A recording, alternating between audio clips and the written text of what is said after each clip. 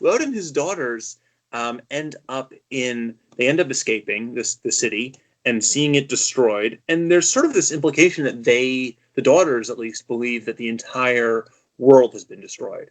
And they say to each other, they say, well, there's no one else around.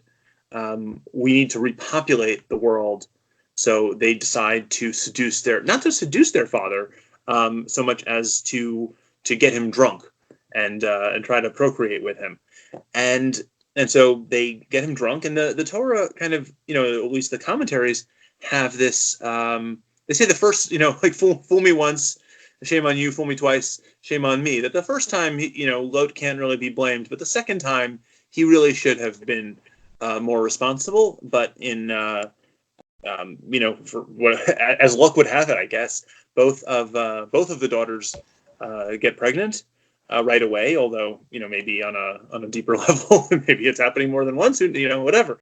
But we're only told it happens once, and they conceive, and this leads to the creation of the children are named. Ammon is the child of the older one, and Moab is the child of the younger one. And they say that Moab is kind of more reprehensible because she put the word Av, meaning father, right in the name. So it's kind of like a kind of icky brag in there. And Is that a rabbinic? Is that a rabbinic thing? I think it's Rashi. I think Rashi says that. Yeah, that's not the Torah itself, but the commentary says that. Yeah, um, and that's the story. It's the story. It's there's a sort of a charitable read on it that they are trying to repopulate the world, but then there's the question of like how much effort did they put into figuring out if they really were or if, maybe there were other survivors. Should they have known better? Is this a good strategy at all? But wine definitely plays a part because and I think it's just sort of all joking aside, and it's very easy to kind of be a little bit try to Jocular? whatever. What? Jocular?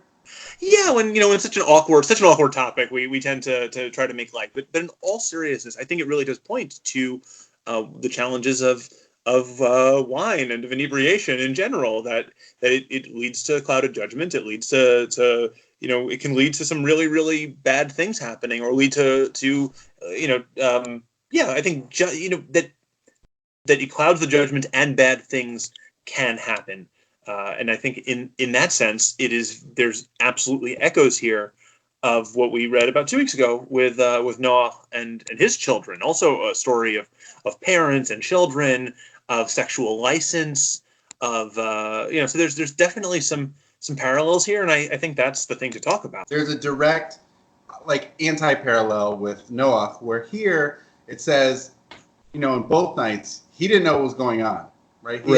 It's like lo yada, whereas in Noah it talks about like he wakes up from his yain, and he knows what his Noah Katan did to him. So that's like an anti-parallel